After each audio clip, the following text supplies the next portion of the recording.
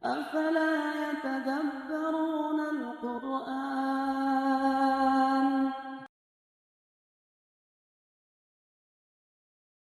Bismillahirrahmanirrahim.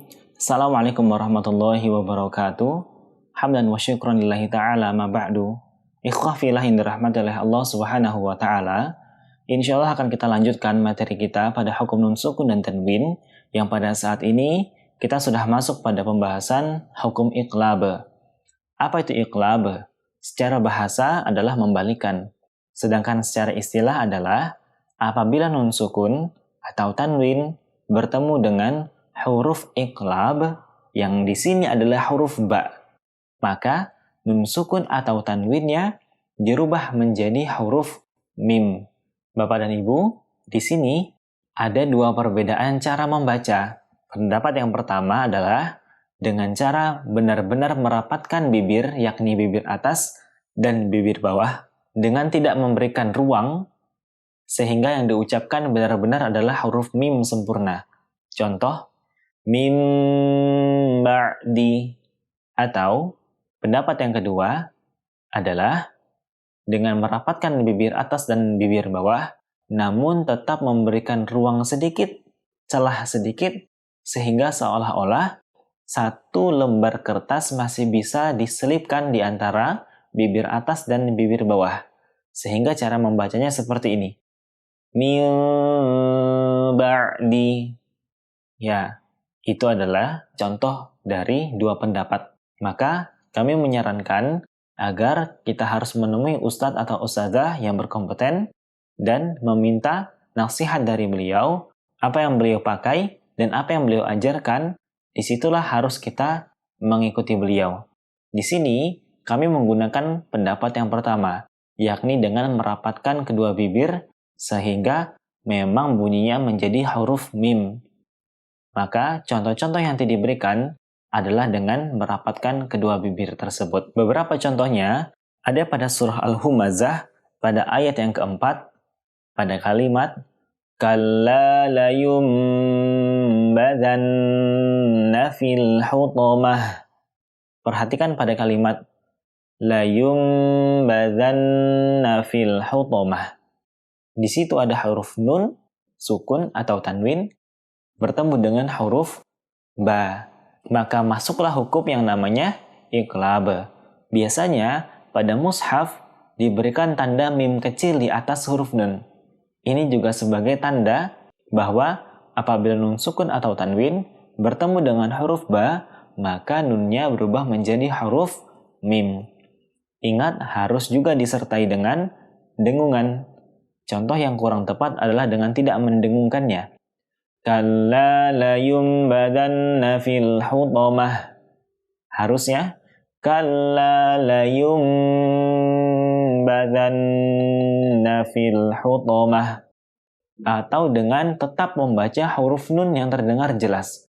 Kalla layunbadanna fil hutamah.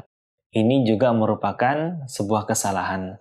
Dan contoh yang lainnya adalah amba'aka mim ba'di sami'un basir mufatirun bih masya'in binamim. Ya, demikian adalah contoh-contoh dari hukum iqlab. Kita akan lanjutkan yang berikutnya adalah tentang ikhfa. Apa itu ikhfa? Ikhfa adalah samar. Sedangkan secara istilah, ikhfa adalah membaca dengan samar di antara izhar dan idgham apabila nun sukun atau tanwin bertemu dengan ke-15 huruf dari ikhfa. Apa saja huruf ikhfa tersebut? Semuanya dirangkum dengan kalimat sif dzatsana kam jada syakhsun qad sama dum thayyiban zid fi tuqan zalima. Atau bisa kita jabarkan diantaranya adalah huruf sad, zal, sa, kaf, jim, shin, qaf, sin, dal. to, zai, fa, ta, do, dan zo. Ya, ini adalah ke-15 huruf dari huruf ikhfa. Maka ketika nun sukun atau tanwin ketemu dengan ke-15 huruf ini, nun sukun atau tanwinnya harus dibaca samar antara bacaan idhar dan bacaan idgham. Tidak boleh dibaca dengan idhar dan tidak boleh dibaca dengan idgham.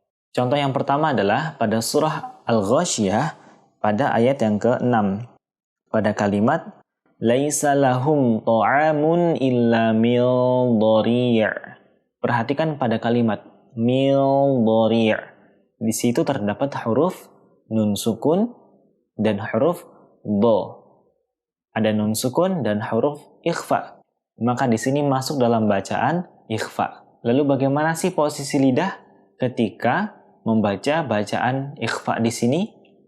Maka cara bacanya adalah dengan langsung memposisikan lidah pada tempat keluar hurufnya, huruf ikhfa. Pada kalimat ini adalah huruf do. Maka langsung kita posisikan lidah kita ke makharijul huruf do. Di mana letak makharijul huruf do? Huruf do terletak di sisi lidah.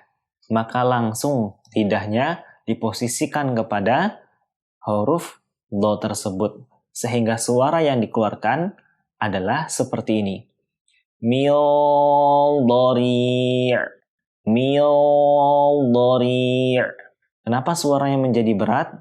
Karena nanti kita belajar yang namanya sifat huruf do, dia punya sifat namanya al-isti'la, yakni pangkal lidah naik ke langit-langit, dan juga punya sifat namanya al-itba'u, yakni lidah lengket ke langit-langit. Ini membuat suaranya menjadi berat. Nanti insya Allah akan kita pelajari di lain kesempatan. Contoh yang kurang tepat cara membacanya adalah dengan tidak dibaca samar dan tidak didengungkan. Contoh. Laisa lahum ta'amun illa min dhari'. Atau sudah didengungkan namun tidak dibaca samar. Nunnya masih terdengar. Laisa lahum ta'amun illa min dhari'. Harusnya laisa lahum ta'amun illa min dhari'. Pada ayat berikutnya adalah kalimat la yusminu wa la yughni min ju'. Perhatikan pada kalimat min ju'. Nun tidak benar-benar terdengar dengan jelas. Benar-benar memposisikan lidahnya mendekati ke makharijul huruf jim. Di mana makharijul huruf jim letaknya berada di tengah lidah. Maka posisi lidah harus sudah mendekati tempat makharijul huruf tersebut. Menjadi min ju'. Contoh yang kurang tepat adalah dengan membaca nun sukun dengan jelas. Min ju' atau dengan tidak mendengungkannya la yusminu wa la yughni min ju'. Ini juga beberapa contoh yang kurang tepat. Ya, banyak sekali contoh-contoh yang terdapat pada Al-Quran mengenai hukum bacaan ikhfa ini. Tentunya akan sangat dibutuhkan interaksi antara kita dengan ustadz dan ustadzah. Pentingnya talaqi, berhadapan langsung dengan guru-guru, sehingga kita benar-benar mampu untuk membedakan mana bacaan yang kurang tepat dan mana bacaan yang sudah tepat. Semoga Allah Subhanahu wa taala senantiasa melindungi kita dan senantiasa memberikan kita kesempatan untuk belajar membaca Al-Qur'an sehingga ini menjadi modal kita untuk meraih surganya Allah Subhanahu wa taala. Amin ya rabbal alamin.